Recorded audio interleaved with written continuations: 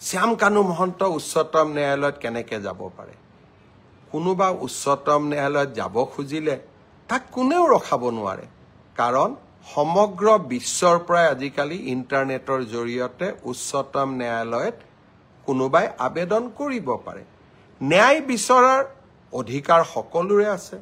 মই মুখ্যমন্ত্ৰী এগৰাকীয়ে কেনেকৈ মানুহক বাধা দি ৰাখিম যে আপোনালোক উচ্চতম ন্যায়ালয়ত নাযাব কিন্তু উচ্চতম ন্যায়ালয়ত শ্যাম কানু মহন্তই কি আবেদন কৰিলে যে অসম পুলিচৰ ওপৰত মোৰ বিশ্বাস নাই এছআইটিৰ ওপৰত মোৰ বিশ্বাস নাই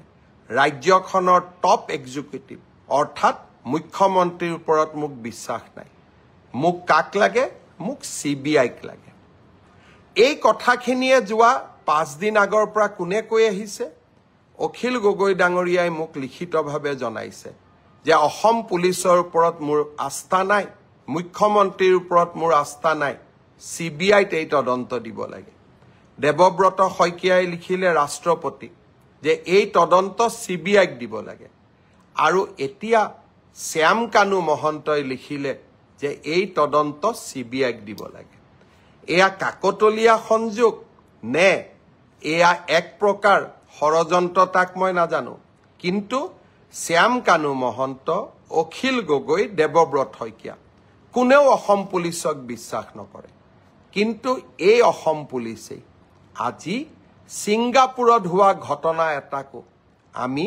তদন্তৰ আওতালৈ আনি 4 জনকৈ ব্যক্তিক আমি আজি জেলৰ হাজতত ৰাখিবলৈ সক্ষম হৈছো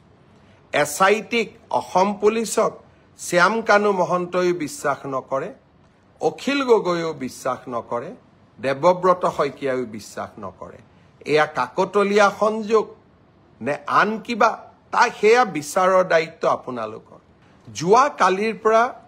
এখন নতুন নাটক আৰম্ভ কৰা হৈছে শ্যাম কানু মহন্ত উচ্চতম ন্যায়ালয়ত কেনেকে যাব পাৰে কোনোবা উচ্চতম ন্যায়ালয়ত যাব খুজিলে তাক কোনেও ৰখাব নোৱাৰে কাৰণ সমগ্ৰ বিশ্বৰ পৰা আজিকালি ইন্টাৰনেটৰ জৰিয়তে উচ্চতম ন্যায়ালয়ত কোনোবাই আবেদন কৰিব পাৰে ন্যায় বিচৰাৰ অধিকাৰ সকলোৰে আছে মই মুখ্যমন্ত্ৰী এগৰাকীয়ে কেনেকৈ মানুহক বাধা দি ৰাখিম যে আপোনালোক উচ্চতম ন্যায়ালয়ত নাযাব কিন্তু উচ্চতম ন্যায়ালয়ত শ্যাম কানু মহন্তই কি আবেদন কৰিলে যে অসম পুলিচৰ ওপৰত মোৰ বিশ্বাস নাই এছআইটিৰ ওপৰত মোৰ বিশ্বাস নাই ৰাজ্যখনৰ টপ এক্সিকিউটিভ অৰ্থাৎ মুখ্যমন্ত্ৰীৰ ওপৰত মোক বিশ্বাস নাই মোক কাক লাগে মোক সিবিআইক লাগে এই কথাখিনিয়ে যোৱা 5 দিন আগৰ পৰা কোনে কৈ আহিছে অখিল গগৈ ডাঙৰীয়াই মোক লিখিতভাৱে জনাইছে যে অসম পুলিচৰ ওপৰত মোৰ আস্থা নাই মুখ্যমন্ত্ৰীৰ ওপৰত মোৰ আস্থা নাই সিবিআইত এই তদন্ত দিব লাগে দেৱব্ৰত শইকীয়াই লিখিলে ৰাষ্ট্ৰপতি